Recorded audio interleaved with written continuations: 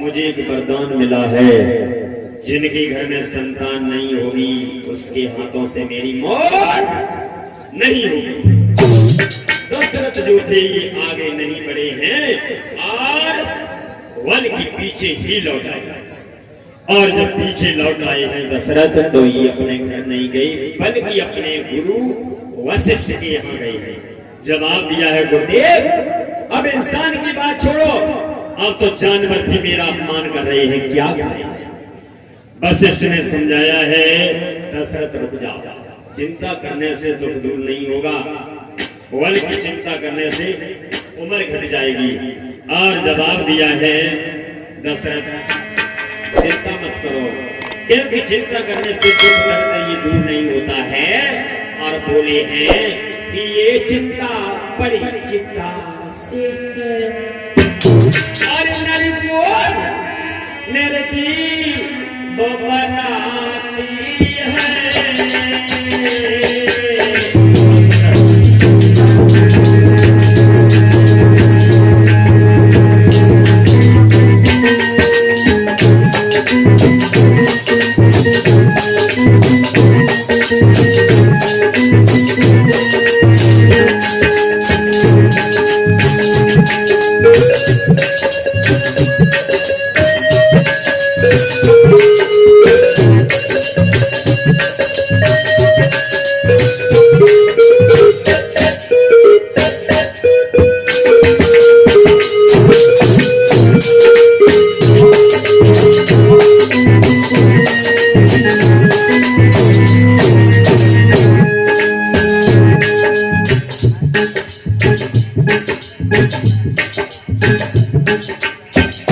जवाब दिया है दशरथ चिंता करने से दुख दूर नहीं होगा, वन की चिंता करने से उम्र घट जाएगी। सच क्या है और झूठ क्या है बोले।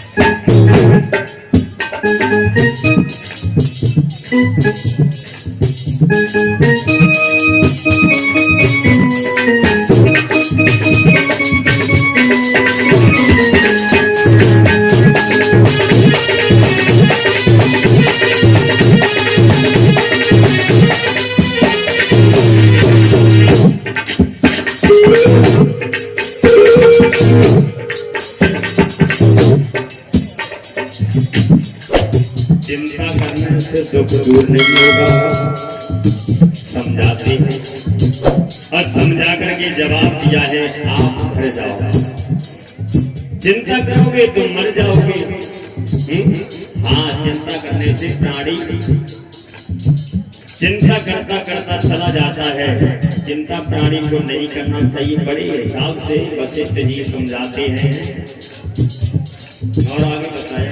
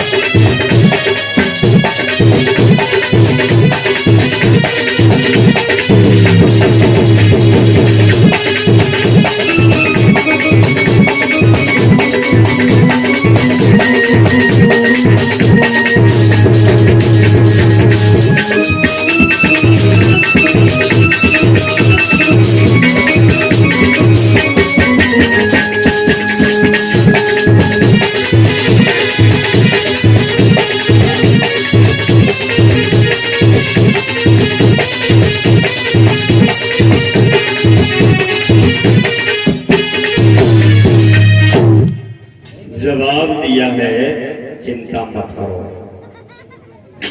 क्योंकि चिंता करने से दुख दूर नहीं होगा, बल्कि चिंता करने से उम्र घट जाती है। बड़ी शांति से समझाया और समझाने के बाद में बोले हैं, धरो धीर होइए सुतचारी और 14 भुवन सकल बहारी। धरो धीर हुए सुतचारी, तसल्ली रखो, एक एक की जगह 4-4 पुत्र तुम्हारे घर में होंगे, लेकिन ऐसे नहीं। कैसे? जाओ तुम जा करके और श्रृंगी ऋषि को बुला करके और अपने यहाँ यज्ञ करवाना। तो देखिए, देर नहीं की है,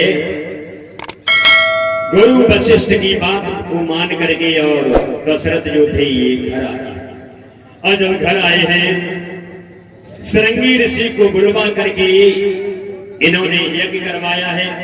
और जब यज्ञ करवाया है तो 3 दिन पुत्रेष्ठ यज्ञ को 3 दिन पुत्रेष्ठ यज्ञ हुआ है बाद में, और 1 साल तक अश्वमेध यज्ञ हुआ है। और जब 3 दिन पुत्रेष्ठ यज्ञ बाद में हुआ है तो तीसरे दिन अग्नि देवता खुश होकर के खीर का कटोरा लेकर के और प्रकट हो गई है। जवाब दिया है, लीजिए खीर और अपनी तीनों रानियों को जा करके खिला देना। आशा ही नहीं, बल्कि तीनों रानियों की गर्भ से एक नहीं, बल्कि तीनों रानियों से 4 पुत्र होंगे। तो देखिए, खीर का कटोरा पकड़ा दिया है। और जब पकड़ा दिया है, दशरथ जो थे ये खीर लेकर के चले हैं अपनी रानियों के पास। और जब रानियों के पास में गए हैं तो ये खीर कैसे खिलाई? गोस्वामी तुलसीदास जी रामचरितमानस में बड़ी चौपाई के माध्यम से, बड़ी शांति से, बड़े नियम संयम से समझाते हैं। दशरथ ने वो खीर जो थी अपनी तीनों रानियों को कैसे खिलाई है? दशरथ ने वो खीर जो थी ये तीनों रानियों को ब्रह्ममुहूर्त यानी सुबह के समय तीनों रानियों को खीर खिलाई है। कैसे खिलाई है? तो बताया है तुलसीदास जी रामचरितमानस में बताते हैं चौपाई के माध्यम से। वो खीर जो थी ये खिलाई है, कैसे खिलाई है? हेलो,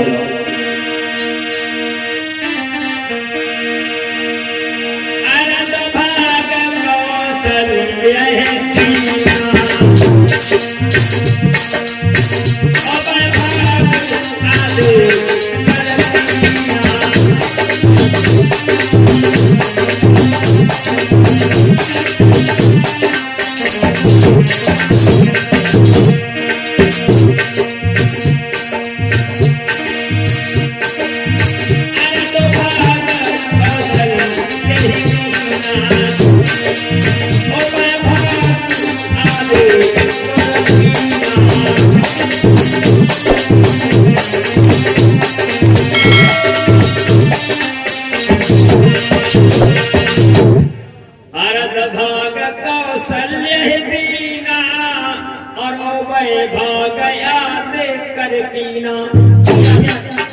अरद भाग कौशल्य दीना, जितनी खीर थी उसमें से आधी खीर जो थी ये कौशल्या को दे दी, और जब कौशल्या को दे दी है, अब आधी जो खीर जो थी उसमें से आधी आधी कैकेयी और सुमित्रा को दे दी। कौशल्या ने ये सोचा ये खीर हम पर दो भाग है, हम दो भाग नहीं खाएंगे, एक ही भाग खाएंगे। उसमें से आधा भाग जो था ये कौशल्या ने कैकेयी को उठा करके दे दिया। अब यही बात कैकेयी ने अपने दिमाग में दी है कि ये भाग हम नहीं खाएंगे, ये सुमित्रा को देंगे, तो वही भाग उठा करके सुमित्रा को दे दिया। अब सुमित्रा के पास में दो भाग पहुंच गई है, और जब दो भाग पहुंच गए हैं, तीनों रानियों ने वो खीर खाई है, और खीर खाते ही तीनों रानियां गर्भ धारण करती हैं। खीर खाते ही तीनों रानियों की तकदीर बदल गई है, और जब तकदीर बदल गई है, धीरे धीरे समय व्यतीत होने के बाद, समय गुजरने के बाद में यहाँ तक हुआ है कि देखो बताया है कि जब भगवान श्री राम का अवतार हुआ था, तो नवमी को चैत्र के महीने में तुलसीदास जी चौपाई के माध्यम से बताते हैं श्री राम का अवतार कब हुआ था। बताया है